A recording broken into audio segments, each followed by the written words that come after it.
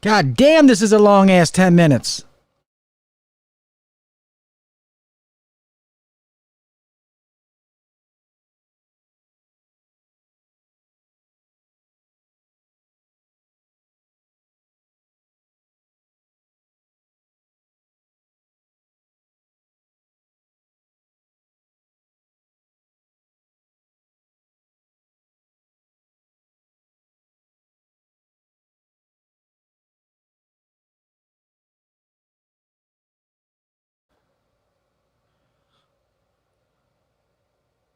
In these 40 seconds, if you're not already subscribed, please go ahead and do that. If you're on Facebook, go over on YouTube, subscribe, smash that button, hit the notification bell so that way you'll know every time we go live.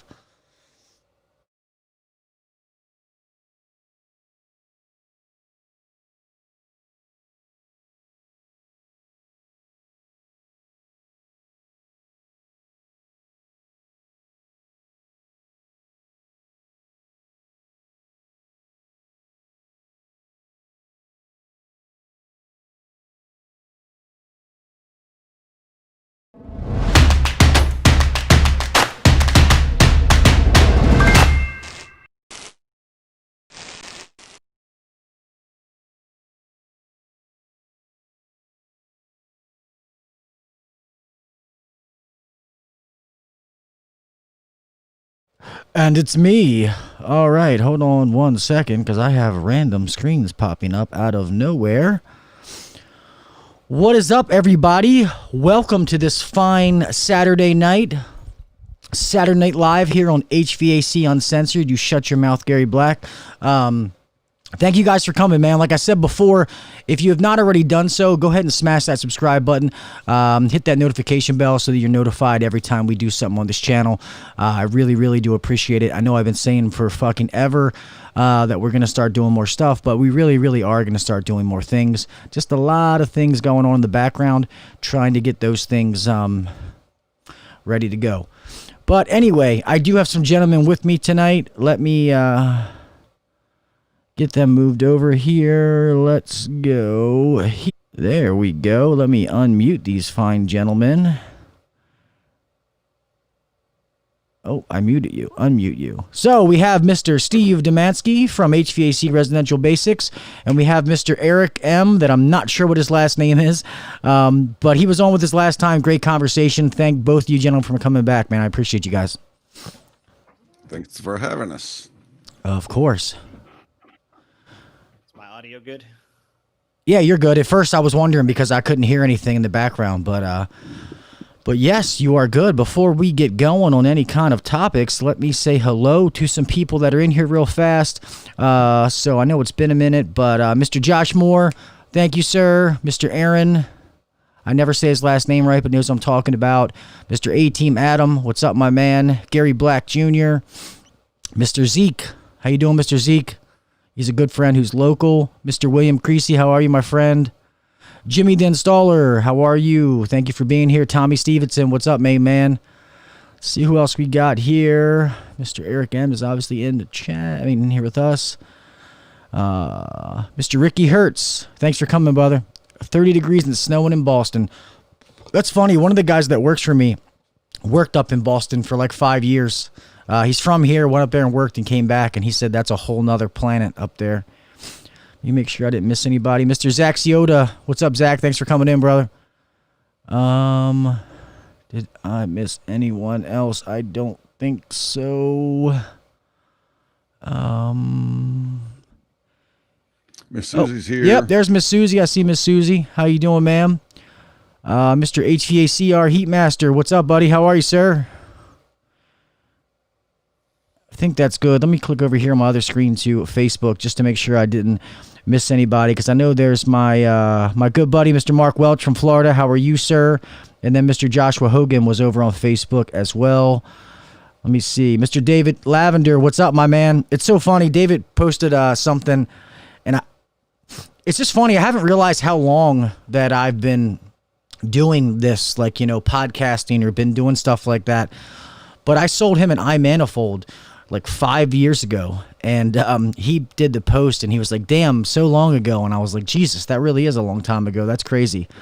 But and then Troy Oberline, thank you, sir. Anyway, if I missed anybody, I apologize. Thank you all for being here. But oh, and Mr. Brent Smith, I see you down there too, sir. You snuck in. Anyway, let's get this show going. So anyway, we had one topic that me and Mr. Steve were talking about on the phone. I guess I'll let you go ahead and explain it, Mr. Steve, since I have a big mouth and been talking a long time already.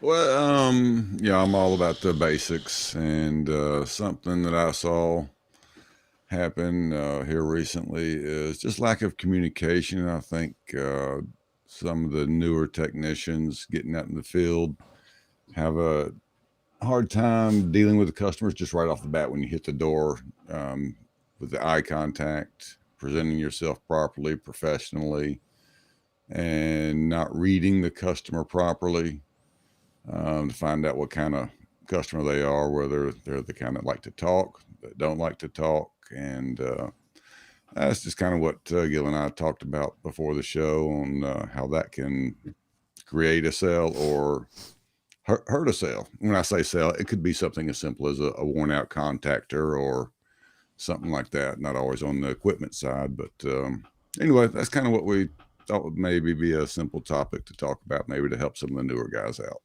Well, plus, let's be honest. I mean, every time you go to a customer's house, it's a sale. I know guys think sales and they hear that word sale and it's a dirty word. I understand that. But in all honesty, every time you go out to a customer's house, money's exchanged, goods and services, it's a sale. I know people don't like to hear that, and I'm not a salesman, I'm a mechanic, but it is what it is. How do you feel about that topic, Eric? I mean, because you, I know you work for Kalos, but I mean, you guys are doing majority residential stuff, or are you in the commercial stuff? I do commercial for Kalos, so I haven't done the residential side for this company, but I've done the residential side before.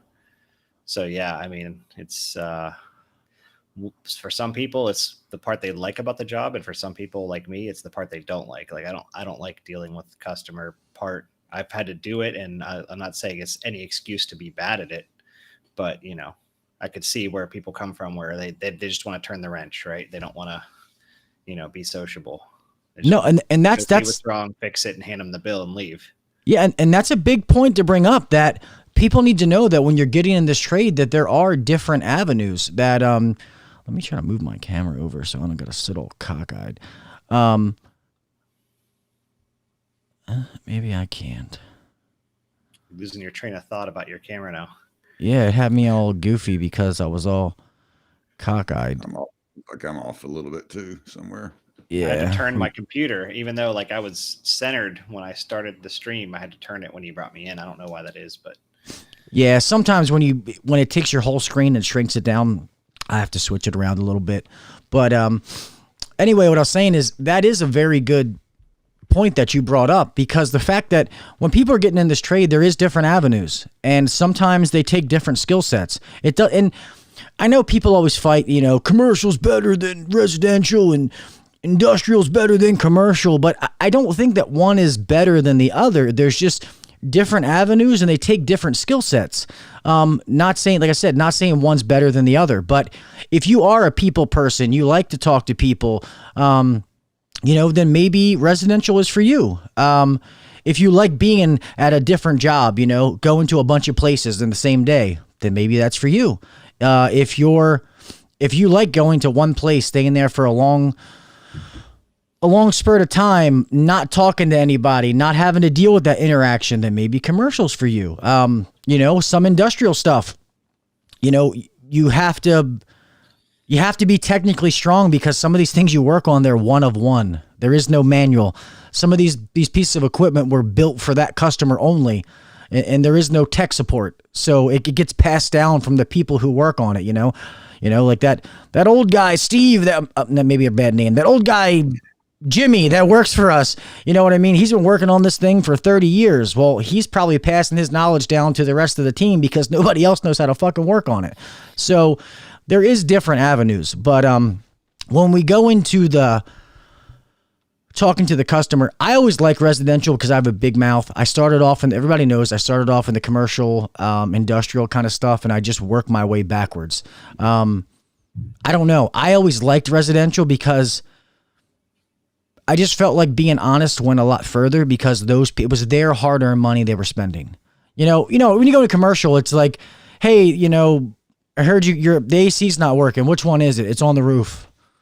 No shit, bitch. I mean, you got 8 of them. Do you know which one it is? No, I just know it's up there.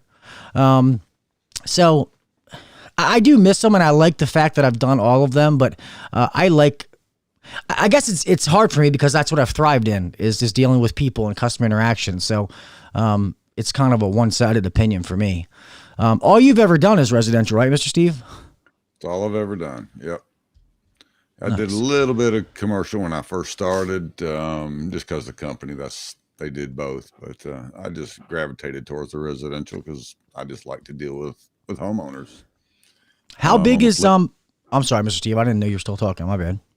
On the flip side, my brother, he had his license and he would not step into a residential house. He hated it. He was one of the ones that I wanted to get up on the roof. He would leave his house at 3:30 in the morning and be on the job site at 5 and up on the roof at 5:15, and he was done and gone by 2:30. He would get his 8 hours in. He didn't have to mess with anybody, and that's what he liked. I mean, if somebody called him up, said, "Hey, Marty, my heat ain't working," it was a residential, he'd call me. Go do it. I ain't doing it. And it's a personal preference. As people don't realize, this trade is so big. There's so many avenues to go in. And a lot of people, when they get into the trade, especially if they know somebody, they do what they were brought in. Like if your uncle, your dad, your friend did commercial, then you probably try to go into the commercial avenue. Somebody you know is bringing you in and they do residential, you go into that because it's all you know. But you can cross breed into the different areas. There's so many avenues for people, like I always say. How big is Kalos's commercial division? I mean, is it like statewide in Florida? Nice. I know Brian's killing it down there. They actually have a light and a heavy commercial division. There's 2 different commercial divisions. So they have like the light commercial division that's, retail, convenience stores, stuff like that. Then they have the heavy, which is grocery, mainly grocery. Oh, nice. Big box stores, all that stuff. Yeah, so I kind of mainly stick to the light commercial, but every once in a while I help out the heavy commercial, because the heavy commercial focuses, at least in my area of the state, they focus more on like the racks and stuff, remodel than service. So if there's some service associated with the remodel, sometimes they'll call me in to help out. They'll bring in guys from other divisions to help out on remodels too, if you want the hours, but depending if you're close to the job, because it's statewide. But yeah, I focus primarily on service. Oh, so that's kind of like, if you look into the chat, GBJ Refrigeration. I used to work with his father, Gary Black Sr., years ago at a company around here that's like that. It's a big refrigeration company. They didn't do any residential, but it was all commercial refrigeration and then big stuff. So they had the grocery side, which they did all the convenience stores and stuff like that. Then they had the other side, which was like, Costco's, Walmart's, all the rack systems. And then they had also installs too, guys that all they were doing just running 100 foot of pipe every day. I personally couldn't do that. I would get monotonous and getting crazy. I couldn't do that every day. I got to do something a little different, but I respect the people that do it. What side are you on now, Gary? Are you doing the racks and stuff like that? Or are you still doing like the farm stores and shit?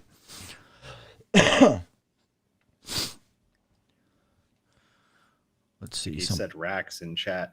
Oh, big boy racks. I don't know if that was in response to your question or before that, but yeah, it's nice to work on a variety of stuff. I mean, I'm not going to claim to be a supermarket tech, but I've done a little bit of service in grocery stores. I actually started out, my first year and a half in the trade was doing grocery stores, but it was all, I was a helper then. It was remodels, and that's all we did was run pipe all day, every day, and set cases, set racks. And then I moved. I was in the Virginia area. I was actually in your area, DC area. Well, I don't know about your area, but DC, Maryland, Virginia, we used to do the Safeway stores. Oh yeah. So the remodels, the new stores, and then the work kind of died down. So I moved down to Florida where there's endless work and cooling. And I kind of went all the way back to residential, like commercial for the company I was working for. And they did strictly AC, no refrigeration. And then I worked my way back into, doing more heavy commercial stuff. And then actually moving here, I do more light commercial, much more light commercial than heavy commercial, but I still dabble in it from time to time. So, I mean, I get it. Just so the listeners understand, when you say light commercial and heavy commercial, explain the difference between the two. I would consider light commercial basically like, to me, it's stuff like under 20 tons, maybe under 30 tons, right? I mean, it was still pretty basic systems, 2-stage systems, nothing too terribly crazy or fancy. Everybody's got their own definition of it. Like heavy commercial is, when you're starting to get into those 3-digit tonnages, 4-digit tonnages. I've never really done industrial, but, I've done some, big cooling towers, big RTUs, big splits, VRF system, pretty decent sized VRF systems. You ever done any ammonia stuff? No. I would consider that that's kind of crossing the line into industrial. Yeah. Yeah. I have dabbled in a little bit of everything. I would never claim to know those things like the back of my hand, but I definitely like the fact that I've dabbled in several different avenues. And that's why a lot of people think it's funny that I've done all those different things and I ended up in residential. They're like, out of doing all those, why the fuck did you choose that path? And I was like, I don't know. For me, I just kind of saw an avenue that I could rise in with my big mouth. So it just kind of worked out that way. Some people like that aspect. One of my good friends, he's actually from the Baltimore area, but lives down here now. He does that end. He likes the residential. He likes dealing with people. He would rather be, he's a tech right now too, because he's got a small company, so he has to wear a lot of hats, but that's the kind of the place he'd rather be, is dealing with customers in the sales end than the actual, service end. So he'd rather hire people to do that. So he actually did commercial for a while for a company that did a bunch of national accounts, and he didn't care for it. Yeah, well, I'll be honest, real fast. I'm not sure, Miss Susie. I'm not sure if the captions work for the live feeds. I'm not sure. What I was going to say is, the sad part is, and some people might disagree with me, but I think there's a lot of people that are the average income are making a lot more money. Who the fuck is calling me? Making a lot more money in residential than they do in the other ones. I know people personally that are like selling techs in the residential industry that are making $200,000 a year. And a lot of these, and there's some industrial techs making, $60, $70 an hour. But I do think sky's the limit in the residential field, that you really can, because there is all kind of spiffs and bonuses and stuff like that. Not saying that it's not in the commercial and industrial side, because like I said, the technical aspect is a little bit more, I don't want to say more important, because that would be the wrong choice of words, because it's always important, the technical side, knowing what you're doing and how to do it. But I think you can make more money with less. And I know that's probably the wrong choice of words again, but hopefully you guys get what I'm trying to say. You have to be better at different aspects, because there's definitely residential guys that aren't making great money. Like you said, though, if you're good at sales, you'll do well as a residential tech, or if you're even at a commercial company that gives you bonuses for that. But other than that, you'll have to just be, really knowledgeable tech to get those higher wages in different sectors. And bottom line is too, everybody likes to argue about what's the most important. It's all just as important. Yeah, I agree. Mrs. Jones wants her house to be comfortable just as much as she wants to be able to go to the local grocery store and go pick up her food and have it be, cold, which, the whole supply chain of the industrial to get it there, the processes that have to happen in industrial and the transport refrigeration that has to happen to get it to a store, to get it to her house, to get it to her little refrigerator or whoever, you know what I mean? It's all just as important. So it's all about what you like doing. I agree with that 100%. I actually have videos that they're almost done where I'm actually breaking down I'm breaking down residential, the traits, like, what the task entail, the different traits that you should have, characteristics to be better in that avenue. And then I do that for residential, commercial, and industrial. So those videos should be dropping here soon. Just to try to let people know, because the whole reason I do the podcast and different things like that is to be an advocate for the trades. I mean, obviously it's HVAC, but I would advocate any trade, because I think that so many kids are going to college just to go to college, just to say they went to college, and they get some stupid fucking degree. Mommy and daddy paid for it. They get out of college and they're waiting tables, Yeah. It's just, and let's be honest, there's a lot of us in here, a lot of people in the chat, whether they're on YouTube or Facebook, they're making good money. They're living good lives, and you can do that in this industry. And I just want people to see that. I don't want to lie to them and make it something it's not. Some of it's fucking hard work, but you can have a good life and make a good living. Yeah. I mean, for example, not that it was a wasted degree, but my wife went for nursing. And after she did her nursing degree, and she was an ER nurse, and she was, nursing supervisor for a while, but she was upset because she found out plumbers make more money. So she said, I'd have to deal with less people and less bodily fluids to be a plumber. Yeah. That's sad, but true. Yeah. People make fun of that plumber who comes in with his butt crack hanging out. They might not realize that he makes $100,000+ a year too. It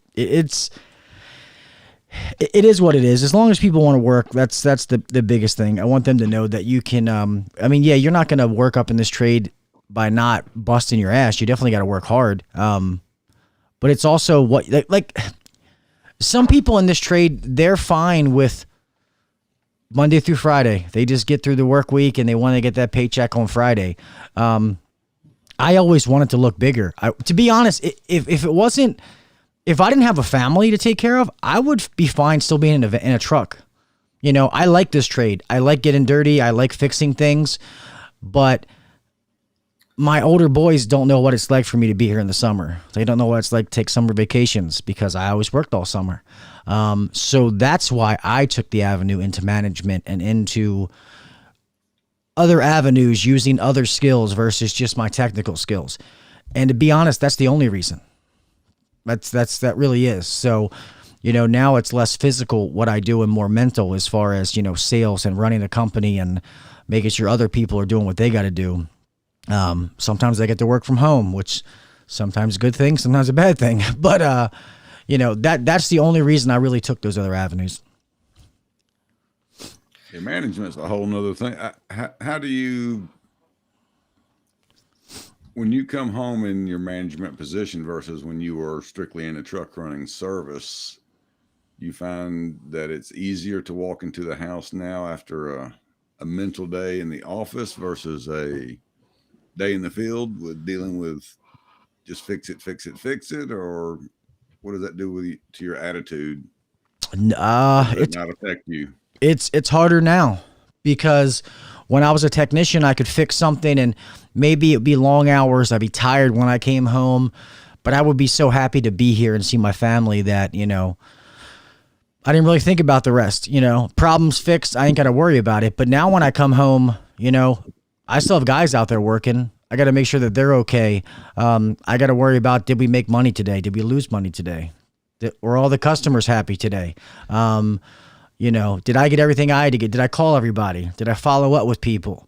There's a lot more things, you got to think about. It's definitely stressful. So you pretty much take the body aches and the sore back for the migraines and the Excedrin PM, and stuff like that. So you just kind of take them one issues to the other. So yeah, it's definitely, it's not that simple. So now you're worried about, everybody versus just yourself. Yep. I was with one of the big box companies for 18 years and field service supervisor. Had 6 or 7, 8 guys under me sometimes. And the budget for my team pretty much was on my shoulders. I was out in the field running service half the time, in the office half the time. And I noticed that when I was in that position, I was a little bit snappier when I came home. I wasn't sleeping as well. And so, yeah, that management it's a whole nother ball game. It really is. I enjoyed it. I'm not saying I didn't. I mean, it was very interesting to see that side of the business and run the numbers and dealing with a combination of the technicians and the homeowners and keeping everybody satisfied, keeping the boss satisfied, keeping mama satisfied. And then having to come home, and I had little ones at the time that I was in that position, and trying to pay attention to them, come home in a good mood. And then I got friends that have been in management for a long time, and they love it. They have a great family life. They can leave their work at the office and come home, where I'm always thinking about it. It's definitely hard. It's not easy. I mean, me and my wife have been together for a long time. I mean, as long as she's ever known me, I've been in this industry or around this industry, so she gets it. But it's just one thing. It's also about the culture and where you have, like, you know, like my last company. Granted, we did way more revenue than we do where I'm at now, but it was a lot more stressful. I feel like I had a lot more headaches. A lot more bullshit to deal with, so to speak. And here, where I'm at now, it's culture is huge because it's not. I don't feel like I'm babysitting. Like, everybody just is a bunch of fucking big boys and big girls. They know what they got to do. They do their job. You don't got to babysit people. Not saying that we don't have issues. Every company has issues, but yeah, everybody just does what they have to do. And it's a really good team. So, I mean, granted, I haven't been here a really, really long time, but so far, I mean, I just love the way it's kind of just runs like a well-oiled machine. Everybody knows their part, they do their part, and then that's all you gotta do to keep it rolling. And with me here, I've been kind of holding the residential side down as well with our office manager Amanda, who, you know, she just kind of does a little bit of everything, which me and Ryan couldn't do a lot of things without her. But on the other side, that way Ryan can take care of the commercial side. So now we're building up a commercial side.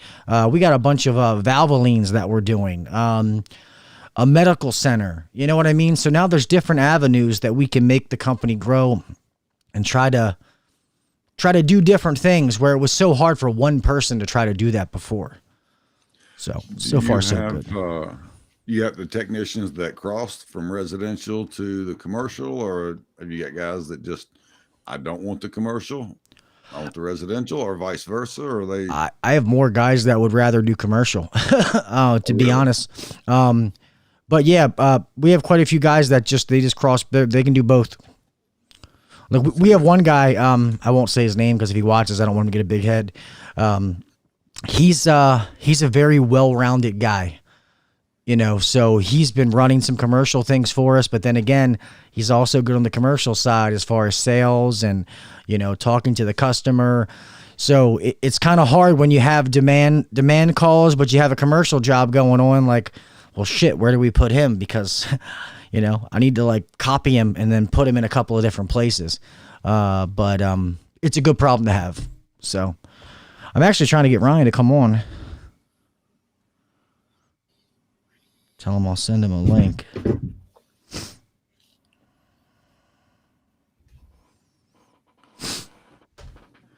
Anyway.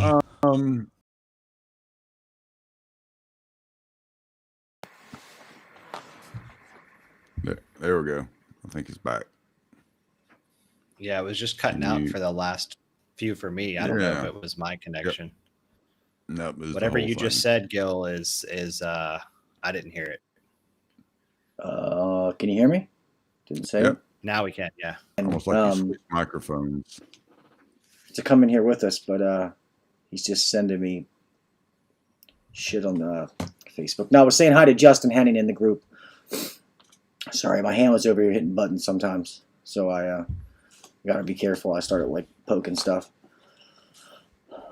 These new COVID restrictions, they're starting to impose on us all again. Has it affected your business you either run or you guys work for? I know the warmer weather up here in New York is making it harder. I'm going to click on it.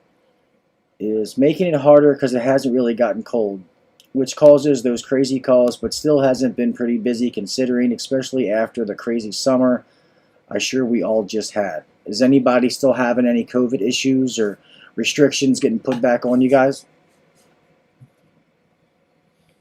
Well, that's a Not here state in by the state Atlanta, thing, they so I haven't know. done anything. Yeah, New York's pretty restrictive. Florida's Hold on, I not. can't hear you guys now. So, huh? Yeah, your mic Can has you hear me now? changed tone. All right. Chad, can you hear Yeah. me? Yep. I can hear you. Yeah, I can hear you too, and I can hear Gil. I just apparently he can't hear us, but hopefully Chad can hear us. But yeah, like you said, it's like state by state, so it's hard to say. I have no idea what New York's dealing with. Let me see what happened, guys. For some reason, I can't hear you guys now. Well, your microphone sounds much different. The chat Like you're in says a they can tin hear can. everybody. Okay. It says we can hear, we can't hear. I'm not sure.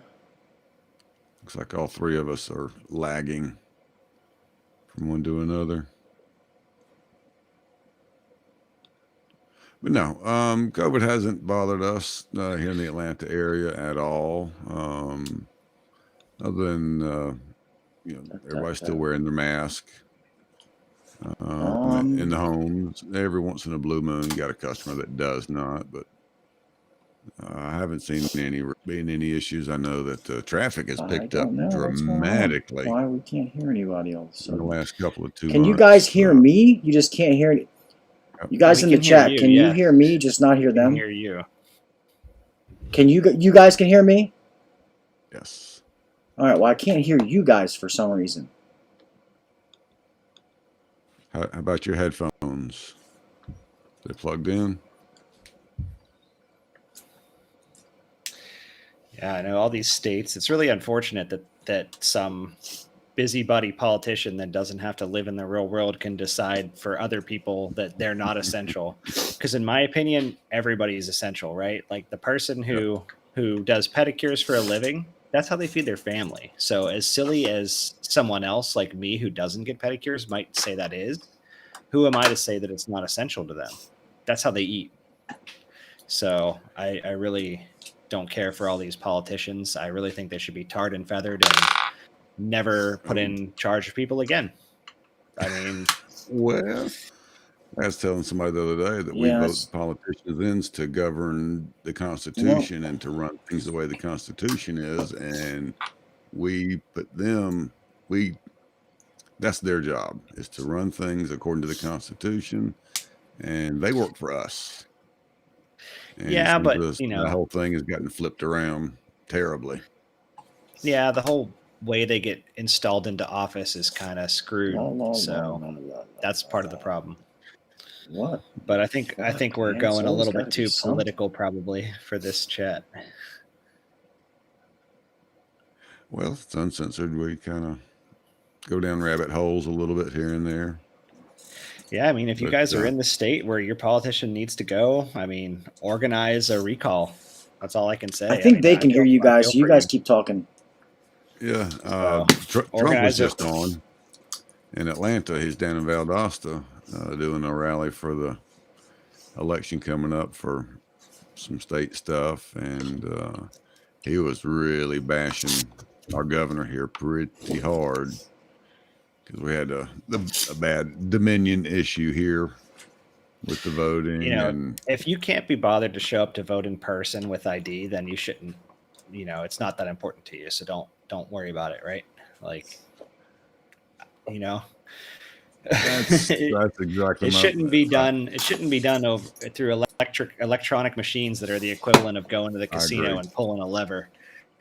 I Sorry. agree 100%. I tell my wife all the time, I think that they ought to just, on election day, make it a national holiday and everybody go vote.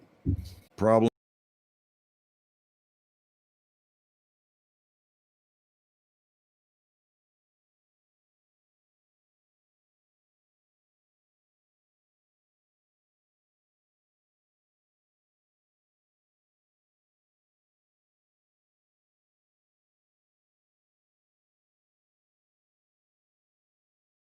Up for a disaster, which we see it has.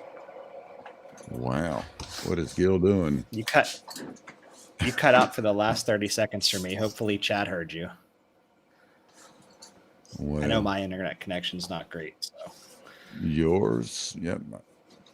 You haven't dropped out any. At all. Well, people are saying in the chat, Gil made it freeze. Well, he's good at that, Super cold. He likes to push buttons. He does. He tried to bring Ryan in. People are saying the stream's dead. Uh-oh. I don't have it on play. No, I could still. Let's see what happens. Josh says we're back. Okay, it says we're back now. Yeah, I can see that. We see before they see. So, all right. I got it. Welcome back. Yeah, no, that just Can you hear us now? Yeah, I knew it was something dumb. I've been messing around with stuff and switching microphone arms. Well, the USB-C cable that goes from my Rodecaster Pro, my mixer, down here was all bent. And it messed up the USB port it was going into. Because sometimes when I'm just editing or doing different things, I use my Beats. But obviously that's been working because we've been talking for fucking 45 minutes, a half an hour now. Anyway. So somebody asked in chat, what are you guys' thoughts on carrier VRF? So we're talking commercial? He needs to clarify there. I'm hoping he's talking commercial. Or not hoping, I'm assuming. Well, let's carrier VRF doesn't have to be commercial. I mean, you're going to see it in more commercial applications than you are residential probably though. I have a carrier VRF in my house and I'm going to rip it out and it's 2 years old. Uh-oh. I'm going to throw it away. So go fix it, Gil. No, it's fine. Commercial haven't worked on one.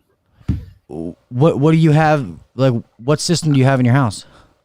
I have a 4-zone mini split. Do you know which like what model it is? Like, it's a 2.5 ton nominal condenser, and I have the ceiling cassette air handlers. So you can see in my camera, right? You see my ceiling? Uh-huh. That's the underside of the roof deck. There's no attic. That's literally my roof deck right there above those joists that you can see. Gotcha. So there was nowhere to put anything else. So I ran it all exposed. But the problem with it is the controls suck. So you push the remotes what you want it to do, but it doesn't do that. It just kind of takes that as a suggestion and does its own thing. So, my daughter was a newborn. She was like 6 months and the room felt kind of stuffy. So I put it on dry mode before we put her to bed. In the morning, we go in her room. It was 59 degrees. So it just sat there in cool mode all night and just like froze her out. So that was one problem. And it's just like, it doesn't care what you tell it to do. It just kind of does something close to that. So it's never comfortable.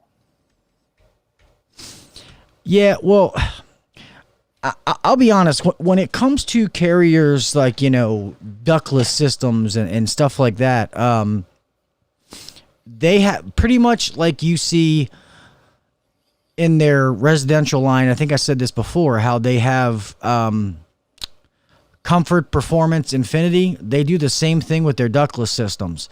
So it also depends on what line you got. I don't know how long ago it was. You said what? It's 4 years old. 2 years old. 2 years old. Yeah. So it depends on what line. I think the Infinities were only the 1-to-1 where you had to have one condenser to one indoor unit.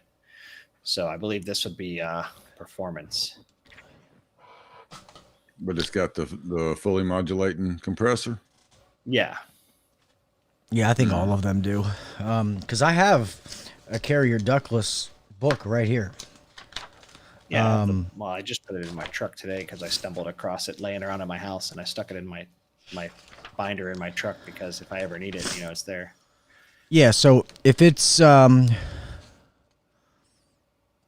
the Infinity series, it looks like it would be the G series. This note says G series being phased out. I'll be honest, I don't want to sit here and talk bad or good about it. I mean, I have been a Carrier guy, but when I did all that Carrier, we didn't really do any fancy fancy stuff. Normally it was 1-to-1, 2-to-1 stuff. It was no kind of VRF or fancy, so I can't really speak on it. So what I've come to learn, apparently, from what people say, is like if I had all these units in one open room, it would work great. But the problem is when you have them in different rooms that are, that can have doors closed, that it starts to, it's really looking at trying to be as economical as possible. So it doesn't necessarily care that one zone you're saying you're uncomfortable. It's like, well, whatever, we'll put a little bit more cool in there. But the 1-to-1s are supposed to be good. And like I said, if I put all these in one room, it's supposed to be good. But just this application, I didn't do my research, and it's just not the right system for this house. I'm not saying it's a bad system. I mean, the electric bill's super low. Well, then it's good, damn it. Stop talking shit about it, Eric. It's like, it's hey, man. Economical. It's just not the most comfortable. And I want comfort. I don't care about having the lowest electric bill. You having temperature issues, you're saying, or is it also humidity issues? No, I don't really have humidity issues. Just temperature. Like you have to really, set it lower than I'd like. Like I've never had to keep I have to keep my house at 73. So. Sorry, Zach. It was funny. Zach just said, "Stream fact: Eric and Steve have the same haircut but different beards," and I just started laughing because that was pretty funny. We go to the same barber, Zach. Yeah, not here. We meet there every month. It's halfway. It's like a 3-hour drive. Put lines in my head because of my hat. Yeah, I got to get me a haircut. I attacked my hair with my little trimmer this evening. It was like, That's funny. But yeah, I was listening to a podcast a couple of weeks ago. I guess they were talking about how the design of multiple head mini split systems is how critical it is, and it was amazing. I know I've seen a lot of them where they just went in with, let's just say it was a 3-ton unit, and they put 3 1-ton heads on it, and just had issues. And they said, well, it's 3-ton, we'll put 3 heads and everything will be fine. But apparently it doesn't work that way. And I forget what they were talking about, but the design of them is really, really critical. You'd laugh at my load calc. My house is 750 square feet. What do you think my design load calc comes out to? Well, in Florida with a flat roof, 2, like 2.5 tons. 3. I was gonna say, I bet down there it's probably high. If I insulate, it goes down to 2. So that's what I'm gonna do. Is I'm gonna put R19 between those joists and put drywall on the face of it, and that's gonna bring me down to 2 ton when I go to actually do something about this system now, or not now, but in the future. Well, that'd be an interesting project. I know there's a lot of guys in the performance industry that would love to tackle that and give you some advice. Have you looked at spray foam since you're going sheetrock? And I've looked at spray foam, but the cost of it and it would just be a mess. I could do the other stuff myself and save a bunch of money. Yeah. It's not going to really bring me down any lower than that 2-ton load. No, well, no, that's true. Be the way to go. Yeah. So, what's up, Mr. Brent? But I've seen the foam houses. You got a lot of foam houses down in Florida. Is that kind of a big thing down there, or is it not really the spray foam? Spray foam roofs. Yeah, I've seen it a lot. It causes a lot of humidity issues in the attic. Then you have to put a Yes. dehumidifier in your attic to run all the time. So did you really save any money? Not only in the short term, but the long term, because now you're running a dehumidifier all the time. That's a giant debate that I have. Which is another compressor, and it's Exactly. And they're not super efficient. No, they're not. They last what, 5 years? Kind of from what I've seen, about 5 years, and they're pretty much toast at that point. So you're looking at replacing those things. I had a house I had to put 3 of them in the attic. Wow. It was a big house. I mean, I did work on Palm Beach Island. Like, these people had crazy money. This guy bought a $30 million house to bulldoze it to make his yard bigger. Like, knocked it down. Like, I want more yard. Must be nice. He doesn't even live down here. He lives in Connecticut. It's his 2-week out of the year Florida house. That's how all those people are there. Hey, must be nice. Their small Florida house with 15 to 30 systems. Hey, we have a question for us over on Facebook. Mr. I want to say it's Aiden Tackett. I hope I said you didn't butcher your name there, man. He said ductless and IAQ pros and cons. I'll let you guys see. Go ahead, Mr. Steve. You can go first. Pick whichever one you want. Give us your opinion. I like the technology, or I think the technology is neat behind the spray foam. Turning a house into a Yeti cooler, in my opinion. It's very expensive to do. I think the products that you have to put in to maintain the quality of the air in your home is very extensive. Like I said, mentioned, you got to have dehumidifiers. You got to bring in fresh air, ERVs. Now you're dehumidifying this humid air that you're bringing in, filtering it. Usually people who have the foam there on the higher end of the indoor air quality spectrum. Hold on. I'm sorry. Before you say, that's a female, proud female tech. I am sorry. I said that it's the person asking the question is not a male. That was my fault. She just said proud female tech. I wanted to make sure I cleared that up. I'm sorry, young lady. But it's a great question. Mr. Steve, I don't know if you heard the question right, though, just by the way you were answering it. Okay. Said ductless and IAQ. So ductless and indoor air quality, pros and cons. So I wanted to make sure that you heard me because you were talking about the spray foam. Okay. 2 different questions. Well, I guess she's asking about both. She wants to know the pros and cons of IAQ, I guess, like indoor air quality products, and then the pros and cons of ductless systems. I guess with after, Eric talking about his situation, then she posted her question. I think also maybe she's saying the indoor air quality with a ductless system versus another. I mean, can we get some clarification, please, if you're still listening? I mean, that's kind of, you know what I mean? Yeah. Yep. So I guess it's Miss Aiden. I guess that's the name. It is a Mrs. or Miss. But she says can't beat air exchange, bringing in fresh air into the house. Can you when you said ductless and IAQ pros and cons, can you elaborate your question a little bit there for me, ma'am? Oh, okay. IAQ with ductless. So are you talking about how do we handle the indoor air quality issues with a ductless system? Is that what you're referring to?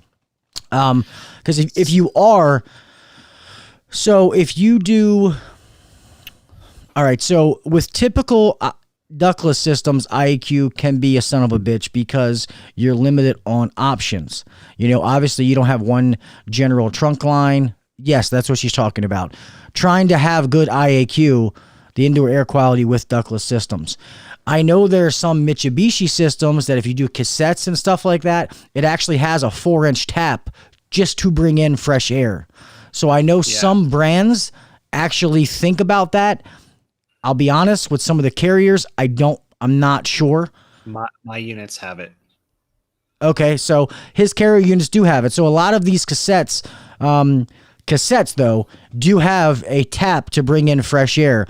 Obviously, if you're doing normal wall mounted heads, you're probably going to have, you're going to have to think of something totally separate, a totally separate device as far as trying to, bring in air. I'm not sure how you'd even do that because you don't have ductwork. Obviously, that's the whole point of using the ductless systems.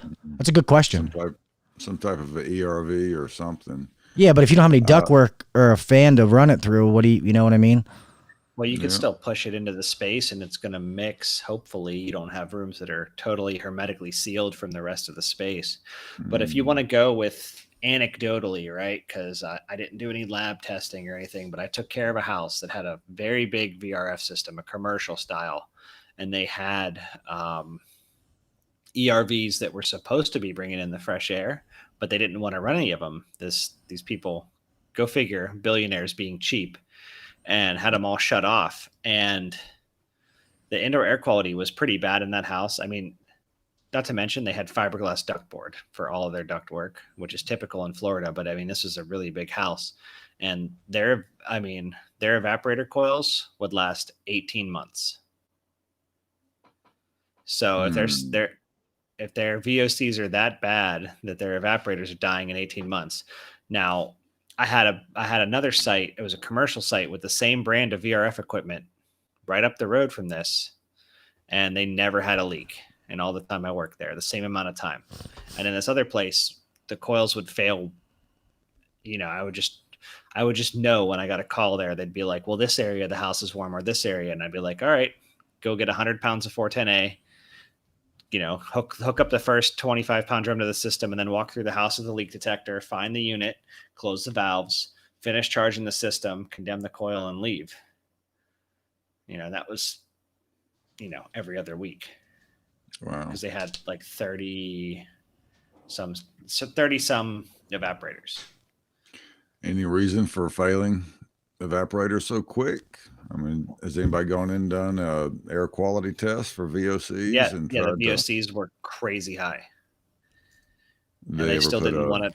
They didn't want to turn on their ERVs. They still didn't want to. That they had dedicated fresh air coming into the units. They didn't want to turn it on. Wow. What's up, young HVAC? Old handy Luke. When we were talking about the ductless system and getting fresh air, and he said, "Just keep your old windows." Yeah, my house is so leaky it doesn't matter. Like I could see light around the doors. That's funny. Exterior. Mr. Anthony Vincent over on Facebook said they make UVC lights, mini LED strips that mount into the ductless over the drain pan and lower evap coil. I had a demand for them in a few restaurants and tried it out on one project where the customer has ductless around the entire perimeter of the dining room. Not sure if it made much difference. I know they're starting to make more, UV lights and different things like that for the ductless. I'm not sure how they feel about it. Go ahead. The problem is those those wall mounted units, those blower wheels get dirty, like terribly dirty down here. I know it's less of a problem the less humidity you have, but those things just get nasty. Yeah, they are pretty rough. And the sad part, I think, when it comes to ductless system is training. There's a lot of people that work on them that don't know what the fuck they're doing. And it's just the truth. And a lot of people are so afraid or so too proud to ask. They don't know how to take the blower wheel out, or they don't know how to get to it. So, like, I remember going out on my last company, and it was a customer that I was familiar with, so I just wanted to stop out to the job, and it was supposed to be a blower wheel clean a full cleaning for a ductless system. And I went out there, and I know he'd only been there for like 15 minutes because I saw on the GPS through Service Titan. I knew how long he'd been there. And when I got there, he's like, yeah, I don't have too much left. I was like, you've been here for 15 minutes. What the fuck could you have possibly done in 15 minutes? He's like, oh, well, I sprayed the indoor coil down. I'm like, okay, like that's just a little piece of what we're trying to do here, man. So, and I put that on myself. I was like, you know what? Come inside. Let me show you how to take this apart, how to get the fan blade out. I mean, the blower wheel and all that kind of stuff. And showed him, and he was like, man, he's like, I'm not even going to lie. He's like, I didn't know how to do that. I'm like, yeah, I know. That's why I'm here. So they're a pain on those high wall units. And then good luck if you start snapping the little plastic clips You know, you got a finite number of times that you can clean that unit before it's not going to be able to put back together. Well, I think the manufacturers are coming around and making it easier. I think that has definitely been a big issue on the blower wheels. And my opinion, the reason those things get so bad is because they're on the outlet side of your evaporator coil, so it's constantly got that cold that on those on that blower wheel stays at dew point all the time. It's or the below. design of the wheel too. It's just like a paddle wheel. Mm-hmm. Yeah. Plus, I guess the only things that I've really seen for the ductless systems are just like UV bulbs, like just a bulb. And we did it, and I'm not huge on just UV bulbs. And I think I've said this before, is just because I know they're good shining on the coil as far as keeping stuff from growing and all that kind of stuff, but I think the velocity of air moves past it so fast that it's not really cleaning the air. Well, I guess I don't want to say that, because if it's keeping the coil clean and air's passing through there, then yeah, we're not getting that growth and stuff in the air. But as far as actually cleaning the air itself, the air is not sitting in that light long enough, in my mind, for it to actually kill anything in it. That's just my opinion. Whether I'm wrong or right, I don't know. Well, I agree with you. I think that the whole industry has done the customers a disservice in calling them air purifiers. Because I agree with you. They don't, just because of the velocity, they're not going to purify or do anything to that air. They will sterilize the coils. Therefore, the air coming across that coil is going to be cleaner than if you had nothing. But yeah, that's a deep debatable topic for sure. But something I've seen, and Eric, or both of you had mentioned, the UV lights, the LED UV lights that they have for the mini splits now. I've seen them, hadn't seen any in action yet, so I don't know if they work. It'd be neat to see. The system I'm talking about that I went to, that guy was on, we actually put a UV light on that one. And it was more a test. We just did it for that customer because they were such a good customer, to try to help. She had some breathing issues, and they had like a shit ton of cats. Well, there's your problem. Yeah, so she was just a really, really nice. She was a really sweet lady, and she had a son who had some kind of. I'm not sure exactly what he had wrong with him, but he was older and acted younger. Like she had to take care of him, so to speak. I don't know all the details, but so we just did it because she was such a good customer, and I don't really know what I mean. I don't think it hurt anything. But like, what's up, young HVAC? Like he said, and also, so many of them, they give off ozone. So it's like, what are we really doing? Are we, is it kind of 6-1, half dozen in the other? Are we doing more bad versus good? Like, that's why I was so big into the better air movement we're trying to do with the probiotics, is because we don't have that problem. Like, I have the Air Knights and the Remy Halos on my house, and I do use them. And I do think it's worth the risk. I mean, I use it for my own family, just to try to clean it. Like those that go out and aggressively kill things, versus just UV lights in general. But that's why I'm so big in investing in the better air and the probiotic technology, because I do think that that's the future. I do think that probiotics is the future of IQ, because it only kills, it keeps the bacteria that's there. Like, it kills the bad bacteria, but keeps the good bacteria that our bodies need to be healthy and thrive. Our problem now, what's that? How does it know? How magic? Yeah, I don't know the science of it, but I know that this shit works, man. I had it in my house. The problem we're having now is just the dispersal. The machine's dispersing the probiotic. The probiotic itself is money. Like I said, when we were at AHR and I was all congested, and James, a little from Better Air, told me, He was like, squirted up your nose. I was like, huh? I was like, oh shit, you're serious? He's like, yeah, squirted up your nose. And I'll be damned if I didn't squirt that stuff up my nose. And it was great. And super high, and it was just great for the 45 minutes. Then you just wanted so much more. Yeah, you know, then I was like, another. But you know, all of the testing we've done, man, it's real people, and the things that they've said, man. We've seen this stuff work amazing. Like Mr. Zeke was in here earlier. I don't think he's in here anymore, but he was one of the people. You know, the stuff that he's noticed, and sorry, man,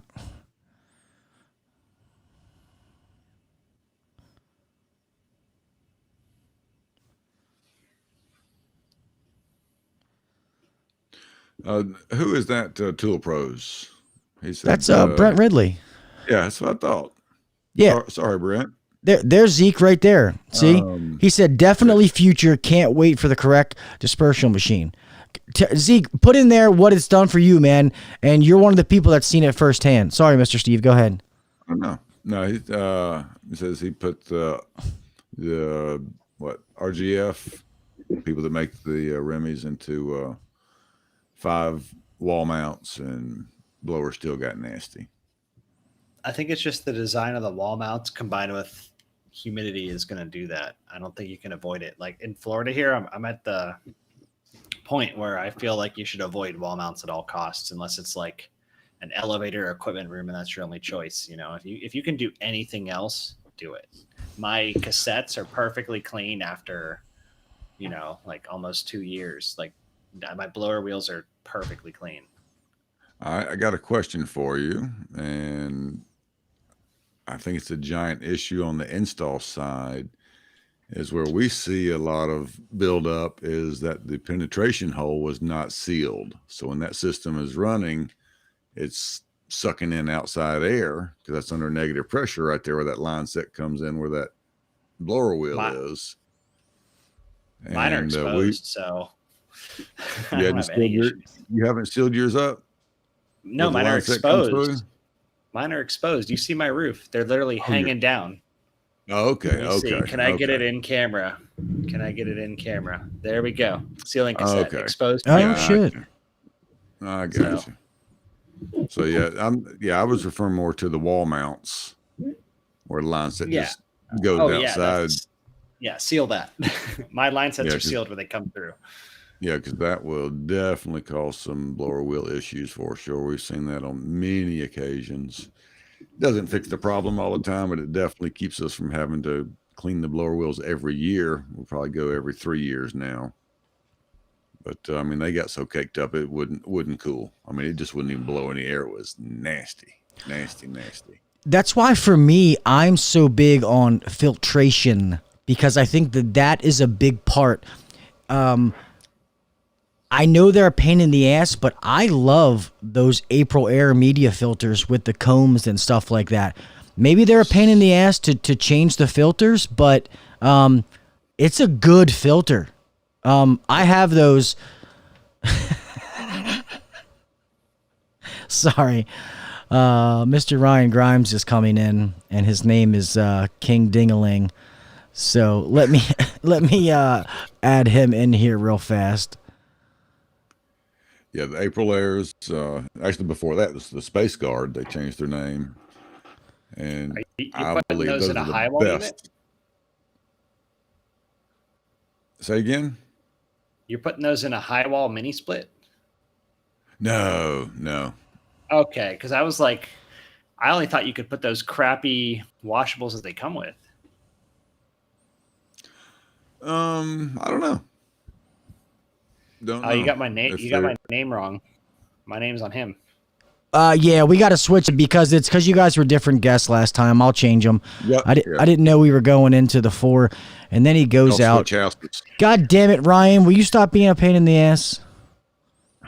I've got to be careful because he signs my paycheck. So there he is. He's coming back. Hold on a second. Yeah, there he is. Assign. He's already there. All right, let's go. My camera again. I noticed like Okay, no. Yeah, I was messing with you before. Sorry, I had to rejoin the audio was really messed up. Yeah, try turning your camera like so that you're. Yeah, that still doesn't do shit. Well, it helps a little bit. Let me see if I. No, you're fine because I zoomed you out. But there we go. There Now you you can be go. like everybody else. Okay. Stop turning it vertical. Jesus. Let me change these names for people real fast. So Yeah. I'm sorry, I'm causing you all this work. yeah, I know, man. Jesus. Phone cameras are like guns. You got to hold them sideways for the best effect. Yeah. All right. Well, if you guys don't know, this is Mr. Ryan, my partner in crime, my boss who signs my paycheck. Does he sign your paycheck, or does he have an admin person do that? Because that's usually how it goes. I've never signed a paycheck in my life. Well, there you Yeah. go. That's not true. Sometimes I think I sign my own paycheck, to be honest. I'm just. Yeah, that's what I think too. I wonder where all this money's going. Add an extra 0. Yeah, I was like, man, these But does he checks are fill it getting out? these checks are getting good. Nah. So did you hear what we were talking about, Ryan? People were asking about like ductless systems and indoor air quality. I was telling them about about the tap with the fresh air and stuff like that. But we were going over how it's kind of a pain in the ass to clean air when you're using just straight up like wall mount units. You're kind of limited on options. We were still talking about that, right? Yeah. Okay. Yeah. We've gone from UV lights to the crappy filters that come with them to April airs to. So yeah, overall, I think the whole topic started off indoor air quality with mini splits. Yeah. Zach brought up a That's where good we're point. at. A lot of people don't realize, though, dryer sheets and stuff. Like most people's, typical HVAC system, is in their mechanical room. And people don't realize that dryer sheets, the chemicals from dryer sheets, the soaps and stuff we wash our clothes with are actually horrible for our, our HVAC systems and the coils and stuff like that. I don't know the science behind it, but I've heard that from, people smarter than me. Read the chemicals in the food you eat from a day-to-day basis, though. He says they contain dangerous chemicals. Well, yeah, true. But I guess you mean as long as I'm not That's, burping.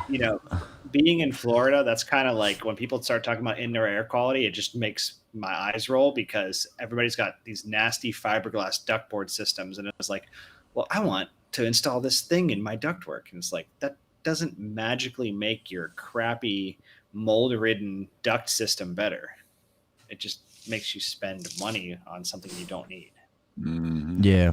Young HVAC brought up a good point too. Air fresheners, candles, stuff like that are bad for IQ. Yeah, I agree, Young. I said that last week. Actually, a lot of you guys, man, if you haven't checked out Young's HVAC channel, man, he has a good channel. He makes some good videos, very, very good content. So Young, YUNG HVAC, he's got a good HVAC channel. But yeah, that's true. We don't realize that, burning candles and incense and these different things like this are really horrible too. But it is what it is. So many people do it, and trying to explain that to people is going to be kind of hard. Well, I show them. I see it a lot. They use them purple 1-inch 3M filters, and they're burning candles, and that whole thing just turns so black. That and I'm out there when it's freezing up in the summertime, or cycling on limit and locking out. It's like That's I why. show them, and they can't believe it. It's like, no way. It's like, let me put a new filter in, and let's see what happens. I think What's 1-inch the- filters are useless. What's the That's joke about those 3M filters? Is they move just the same amount of air whether you take the plastic off or not. yeah. Something like that. Have you seen that where people buy a new filter and don't take the plastic off and just put it in? I've seen it once. Yeah. That's I was hilarious. on one of the pages earlier today. Was it really? Yeah, I have a really good friend of mine we're about to do, and he's like, my budget is $16,000 to get the everything in my house, ductwork, everything, and I can work with that. He's my buddy. But But I asked him the question. I said, "What's more important to you, a lower BG&E bill, meaning like higher SEER, or like better indoor air quality?" And then he was like, "What do you think?" And I was like, "I don't know. I gotta think about that one. What do you guys think?" SEER or indoor air quality? Combination of both. I would try to meet in the middle. Balance it out. Yeah. I mean, So- I would drop the efficiency to get the indoor air quality products in there. Yeah, so rather than taking maybe an 18-20 SEER system, maybe a 16 SEER system with better filtration, and some kind of way to clean the air. Like, I don't know. I mean, Ryan doesn't always look at everything that I sell, but if you look, most of the ones that I've sold, if I can, I sell a media filter on them all because I believe in it. As long as it's not like real tight, there's just no way to fit it. I put them. It's not even optional. I just include it in every price, and I just adjust the price accordingly because I think it's that important. And I know how happy the people will be, especially when you tell a customer, this thing is going to filter air so much better. You and your family are going to breathe better air. It's going to protect your investment, the piece of equipment we're putting in, and you only got to change it every 6 months. And if you keep a service plan with us, you don't got to change the filter. We'll do it for you. They're like, okay. You know what I mean? It's kind of a no-brainer. So what we like to do if the customer's motivated for indoor air quality is make it a dual return and put air cleaners on both sides. You're going to lower the velocity going through those filters, which is going to increase the efficiency of those filters. And you can go a year. And if there's room, we're going to put the furnace up on a 4-inch or 6-inch pedestal and put a 20 by 25 by 4 on each side. And just really, cost of the filter to replace it's the same. So it's not like they're looking at any cost upgrade when it does come time to just replace their media. But you can over filter though, because you got to make sure that you have enough airflow. That's not just going to affect velocity. That could actually affect CFM. I agree with you as far as what you're doing, but that has to be designed just right. Because if you're filtering through 4-inch filters 3 times on a 2.5 ton, you're not getting 2.5 tons worth of CFM. No, you put dual returns on both sides. Put a media filter on both sides. Have you seen the static pressure drop across a 1-inch filter though? That's typically what I see is people put a 1-inch filter in an air handler. So it'll be like a 16 by 20 by 1 pleated and not even like a high MERV filter. It'll cause like a 0.6 pressure drop. Mm-hmm. That's before any ductwork's added. And they wonder why their ductwork goes boop, boop, boop, boop, oil cannon like crazy. It's fiberglass here, so they don't have any of that. God, that sucks, man. Really crappy airflow. Do you ever convert people from fiberglass over to metal? Are you allowed to do that? Like, what's the deal with that? No, people don't. I did a job recently for a medical facility, and they wanted to value engineer the job, so they changed it from metal to fiberglass. I'm like, okay, cool. So you don't care anything about indoor air quality. Good for you. I'm sorry, Miss Susie. Burning weed is bad for IAQ, but good for IQ. Oh God! I think you'd have to reference a study there. I'm pretty sure that. I think she's referencing her own study. Right, Miss Susie? I have an ongoing study. Yeah. She'll let us know when she's finished that study. That is pretty funny. But anyway, I want to go back to what you were talking about, though, Mr. Steve, when you said that you were putting... so I get it, you're bringing double return, okay, so each side, so you're bringing more return air to it. So are you saying, like, double return on each side plus lift the furnace up and pull from the bottom? Yes. You know, the opening on the furnace that you cut out's 16 by 25, right? If you put it on a 4-inch pedestal and cut that off, then you can put a 20 by 25. Do that on both sides, and your static drop across your filters goes down to I won't say nothing, but is dramatically dropped. And that's Nate Adams. I mean, that's his big thing is badass ductwork, big ass drop. He wants biggest friggin' filter you can get. Well, we all know Which Nate doesn't know what the hell he's talking about, but Nah. just kidding. Nate knows I love him. He's just very, very, very smart guy. Even though he Smart he guy. doesn't think so, he downplays it. But he's a very, very smart dude. He is. He's brilliant. Yeah, I mean, because that blower is only going to move what it's designed to move if it has as low of static drop across that filter as possible, and your ductwork's proper, of course. But yeah, the lower you can get your velocity through your filter, the more efficient it's going to be, the filter. I agree. And so, but yeah, even most of your 4 and 5 ton units, if you look at the install manual, they recommend or require, or they show you to do dual returns anyway. No, you're right. I mean, to me, any 5-ton unit should be a dual return, no doubt about it. And there's so many people that don't. Mm-hmm. But we try to put the furnace up on a 4-inch pedestal, metal pedestal, and cut that 4-inch plate out, so you can put a 20 by 25 instead of 2 16 by 25s as dual returns. You got bigger, just gives you more area. Gotcha. And drop your static even more. So, Ryan, what is your thoughts on indoor air quality with mini splits? What is your take? I mean, we have a theater in Baltimore City we just bid on, and we might get that job. But what I kind of designed, and I don't know, it's kind of firing from the hip, was it's a bunch of like cassette units, and then they have a huge fresh air intake in the place. And I was going to put some UV bulbs in there because they need some sort of clean air thing for their grant they're getting. So the fresh air is going to be UV'd. Don't see how that's going to do too much, but it's like hey, look, I tried.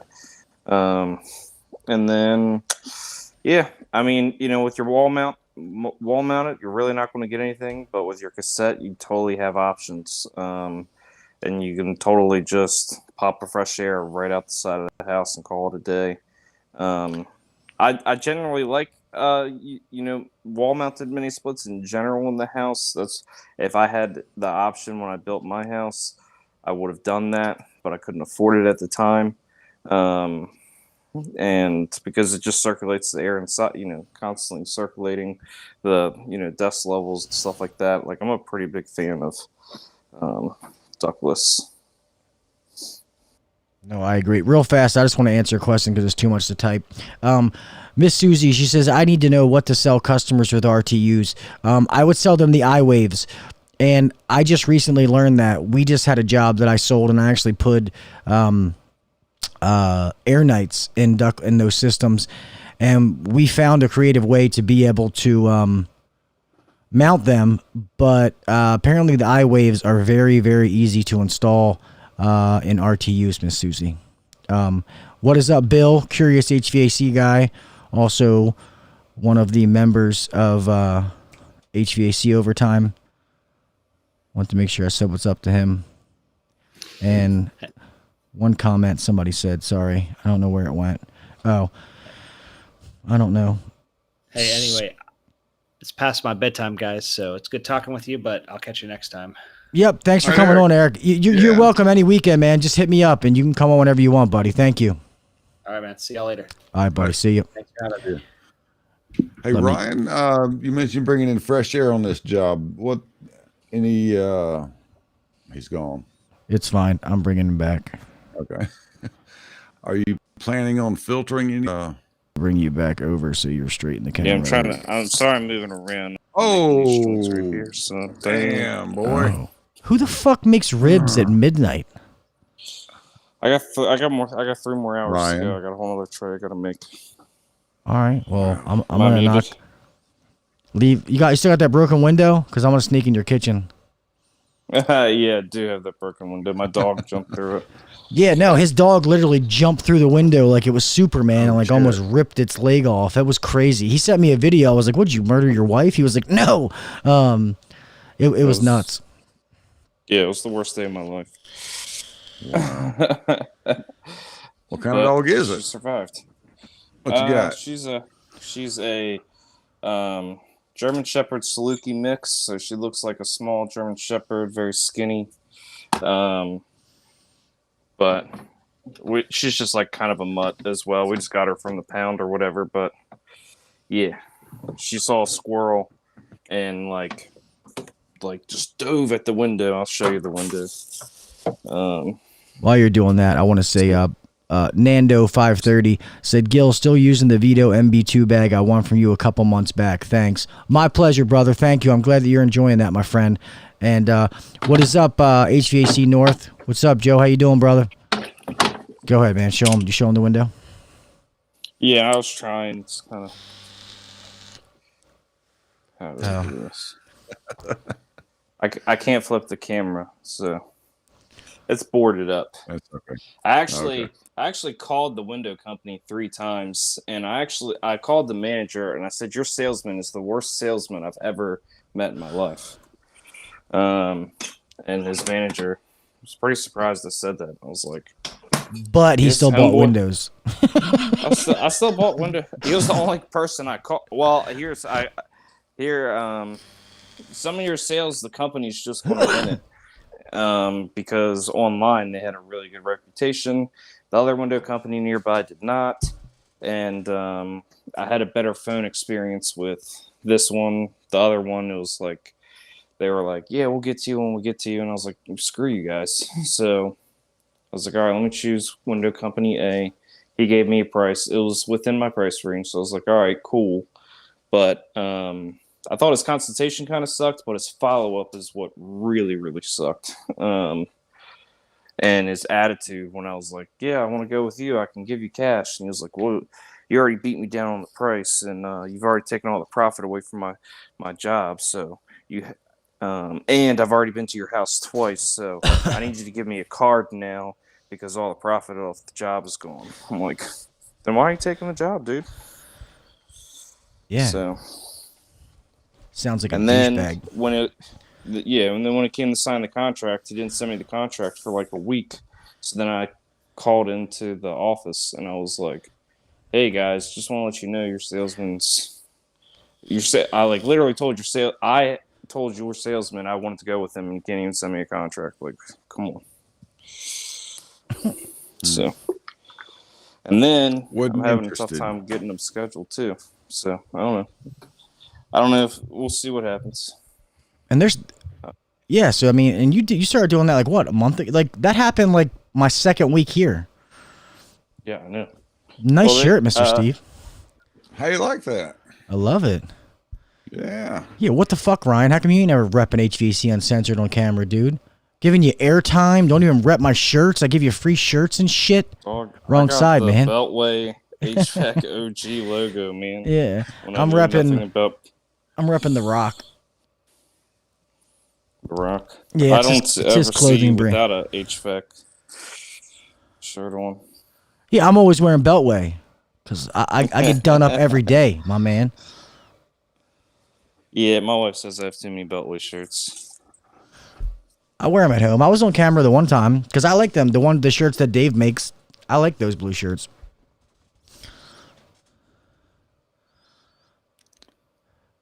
Hammer time.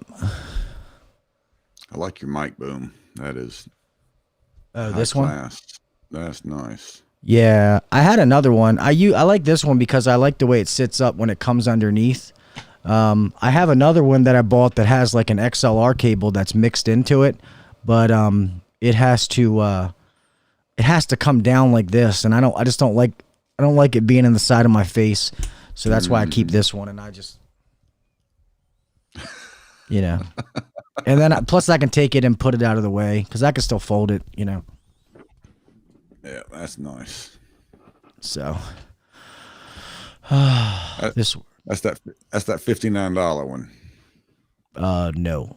No. No. This is which one is this one? This is actually it's like a blue compass. This isn't expensive. The one that I want to get, it's called like OC White. It's one that goes on the table. It comes underneath, but that's what I'll put in mine and Ryan's little studio heaven we're gonna build at some point. I could not get a hold of that realtor to save my life, man. Yeah, that guy was such a douchebag. It's got this big hole. Me and him are looking at this commercial property, and it was a nice space. And I was like, oh, what's this door go to? I opened this door, and there's like the whole other half of the building. I was like, yeah, this is probably a big thing to show us. This is like, a lot more square feet if you wouldn't even have showed us this whole half of the building. Like, what the hell? Yeah, it was literally like I walked in there. I was like, I don't know if I want to pay this much for the price of what they're offering. And then Gil's like, "What's in this door?" And it's the whole other half of the space. And I'm like, "What the heck? Okay, yeah, this price works out great." Yeah, it was crazy. But that way, me and Ryan could put an office in there, plus have a studio and other spaces. So, yeah, hopefully it works out. Joe said I like V-necks. Joe does rock some V-necks, but nobody rocks it better than you, my friend. If I get an HVAC Uncensored V-neck, would you wear it? Matter of fact, Joe, did you guys ever get the merch that I sent for you? Because I left stuff for all of you guys in Chicago with Adam. Did you guys ever get all that, or just did Adam just keep it for himself? Yeah. Absolutely. Cool. Cool beans. We'll take it. Well, all righty. Well, I'll tell He you said what. nope. That son of a bitch. He said he didn't send it. Uh-oh. Yeah, dude, I swear, man. I left him a bunch of shirts, some hats, and everything because since the guy Mike shipped it from Chicago and it's Adam's boy, I said, hey, can you leave some stuff for Adam to pick up? So Adam should have a shirt for all of you guys, a hat. Yeah, get on him. Although I can't really say anything because I'm the only shipper worse than Adam, so I can't really say shit about shipping anything. Although everybody has their merchandise now, I know that. Yeah, it's all right. Everybody has their stuff now. Actually, everybody but one person, and go figure, he's the local Maryland guy. So if you watch this, please email me. Other than that, everybody else has their stuff.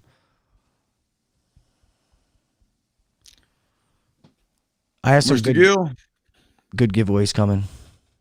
I'm going to run away. All right. Thank you, sir. I appreciate it. I'm not going to stay on here too much longer, but I guess me and Ryan can bullshit for a little bit. But Well, thank you for having me on. I always enjoyed it. yes, Thanks of course. for everybody in the chat joining us. And we will see y'all next week. Yep. Y'all be Thank you, safe. Mr. Steve. See you. Bye-bye. All right. Let me switch you, Ryan. Hold on. I got to put you as... Oh, no. I got to put you as this guest. There we go. Where's my hat? I'll give you a hat, Zeke. I need a hat, man. Yeah. Shit. Matter of fact, hold on a second, because those hats went like pretty fast. So, well, that's what I said, Miss Susie. I said that I'm the only person worse shipping. I'm the worst shipper. Yeah, trust me. I wasn't. I wasn't saying Adam was worse than me. Hold on. I want to see what hats I have left.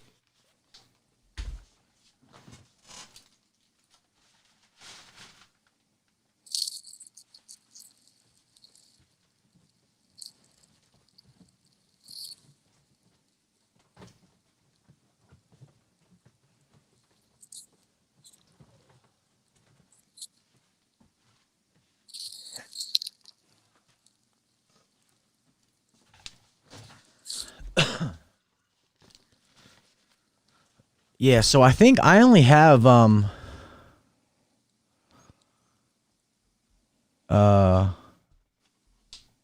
she's she's Darth Schrader. That's Miss Susie, Joe.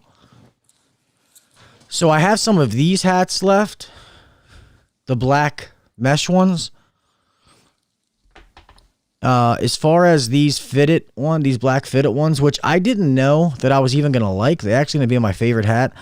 I only have small medium, so if you got a small head, my favorite hat ended up being the it's the fitted one. I mean the mesh one like this, but it's the gray and blue one. But those things went fast. I think I might still have some of those. I have one upstairs that I was taking a picture with or some shit. I didn't give you a hat, Ryan? I got a hat, dog. Oh, that's why I thought I gave you a hat. I can go wear it, but then I have to get up. No, it's fine. It's been go. I was sleeping, and then I woke up, and then I saw you on Facebook, and I was like, man, this guy not inviting me.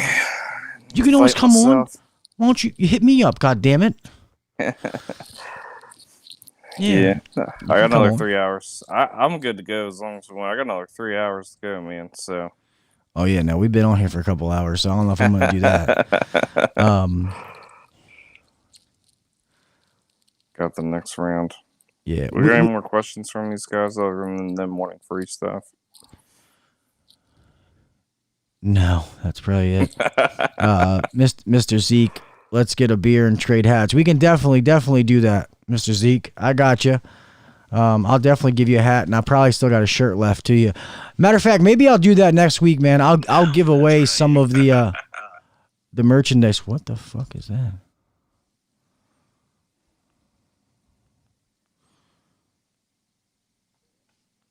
Did you hear that? Yeah, I don't know what that was. Maybe that was you. I'll give away some of the merchandise that I have left.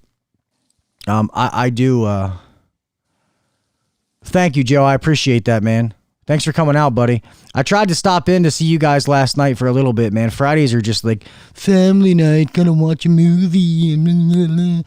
So I tried to, I snuck away to take a dump, and I was like, oh man, I'm gonna go on and say what's up to the overtime guys. So yeah, man, you know I'm all about the flat bill. Come on, man, this is B-more. You can't be walking around with that fucking other shit. You gotta have it. You gotta have that flat brim. Looking hard, man. Yeah, didn't you? I think I hit the button. I think that's the one. Where'd it go? I hit this one. One button. Sinister laugh. What did somebody say? Gil, why do you look all paranoid? I'm not sure. I'm not sure why I look paranoid.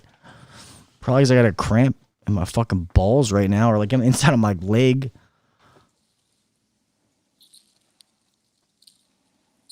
Yeah, I don't make them. So I do have a cramp, so that's why I'm stretching out right now. What's up, Albert? Dylan Cooper, what's up, man? Sorry, I've been kind of neglecting some of these chats. I didn't really see anybody. And for some reason on my one thing, when it comes up, it just says Facebook user. It doesn't say the name of the person because Facebook's a closed group. So I guess it doesn't let their identity come out. It just says Facebook user. So I have to keep the Facebook chat open. And I want to let everybody watching this in Facebook after the fact, I just want to let you know, Facebook is getting pretty gay. Like they are like, they're deleting posts like crazy.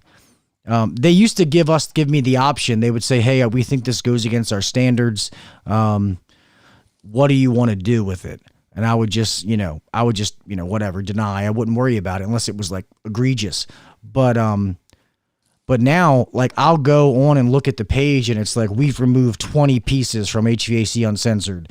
We've removed 30 pieces of content from HVAC Uncensored Nation. So Facebook's getting pretty, it's getting pretty scary, to be honest. Like, it's a closed group. People know what they're getting themselves into. You don't need to come in and fucking take away all my shit. What's up, Dave Craig? How you doing, brother? Apparently it was a woman earlier. I thought it was a dude. And then she was like, I'm actually a proud female tech. I was like, my bad. I was like, how you doing there, ma'am? Lady, sir, ma'am? Why is the guy on the right looking so good looking? Yeah, right. Yeah. It's because your fucking head takes up the whole screen. You got me zoomed in, dog. That's not my problem. Here, let me. Maybe it is my problem. I don't know. There you go. We'll do old time, like black and white. Yeah. There we go. Select a LUT. And at least they can't see your name. King Ding a Ling. Yeah, I'm always upset that that's not. I always have some different name, and I'm upset you guys can't see it. See, there she is. There's the. I accidentally thought it was a guy. Is that? Am I saying that right? Is it Aiden? Is that how you pronounce your name, ma'am? You tell you what. You guys come back here next week. I'm gonna eventually start doing these only on YouTube. I'm not gonna put them in the Facebook group just because. Keyword Facebook. So if you guys are over on Facebook, go over and subscribe on the YouTube channel, because that's, if you want to win the giveaways, you're probably going to have to do it on YouTube, just because trying to cross platforms to do the giveaways is going to be too hard. So next Saturday, okay, I was saying it right. Next Saturday, I'll give away some merch. Albert, I'm probably not doing shit tomorrow since the Ravens aren't playing. I think we play, what, Tuesday this week? I thought it was Monday. I don't even know. Yeah, I don't know. And fucking half our people are hurt, and they play like shit. Although I kind of... Trace McSorley starts. Well, he is, because if Lamar doesn't play, he's the only quarterback on the roster, because fucking RG knee is hurt.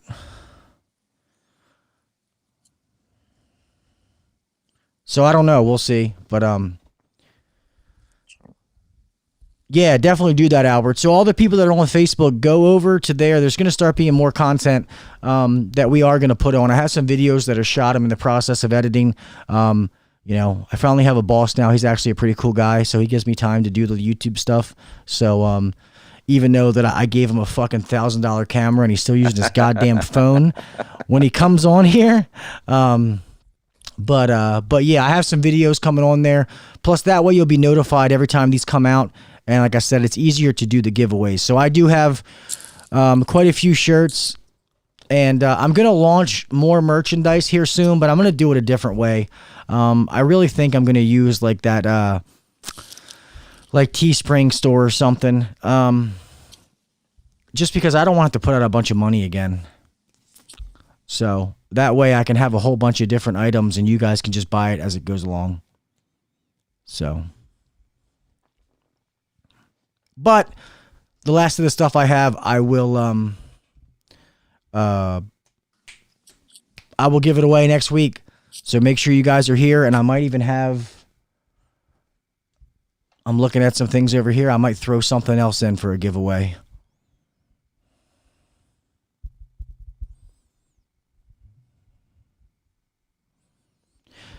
But why don't we go ahead and end this, man? I started this at like 9 something. I've been on here talking to this microphone for a while. Thank everybody for coming in here tonight. Thank all the viewers that came in. I think we did pretty good. We got up to like, I don't know. It was like 40 something people on, because I got a little counter thing right here. We got up to like 40 something people at one time on YouTube. And then I think there was like 100 and something people on Facebook, which out of 40,000 isn't really that great, but I'll take it. I know people are doing things on Saturday night. I'll get it. If you missed it live and you watch it after the fact, I appreciate it. Don't forget, Monday, new podcast comes out Monday morning. I'm going to ask a question after the fact. But anyway, podcast comes out where it is me, Kelly, and Mr. Sir right there. You're looking at Ryan Grimes. We are talking about whether, when you're first starting out, if the brand of equipment is really that important, you know. So definitely something to check out. I think it's an awesome podcast. Turned out great. So check that out. I want to ask you guys, as far as, how do you feel, for all of you that, first of all, I want to ask, how many of you actually listen to the podcast? Some of you I know do. So, but let me know, do you actually listen to the podcast? And do you prefer, like normally I put it out at 9 a.m. Eastern Standard Time. I was thinking about maybe starting to do it like noon Eastern Standard Time. So that way it's like 9 o'clock for the West Coast guys. Or does it really matter? Have a good night, Bill. Appreciate you, buddy.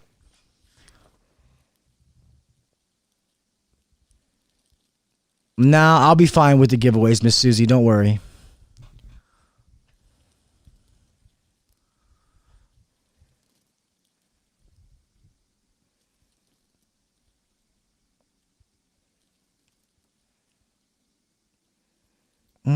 Don't see much going through.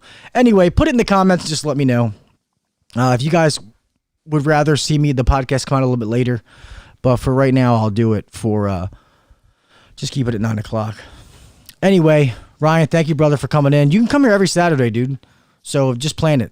Fucking 9:30 or 9 o'clock, whatever.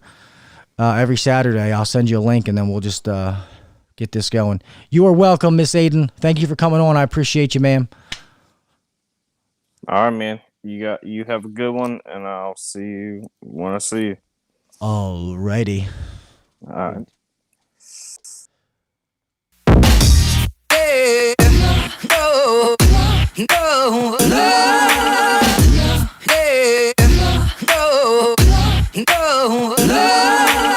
I'll start doing it at noon.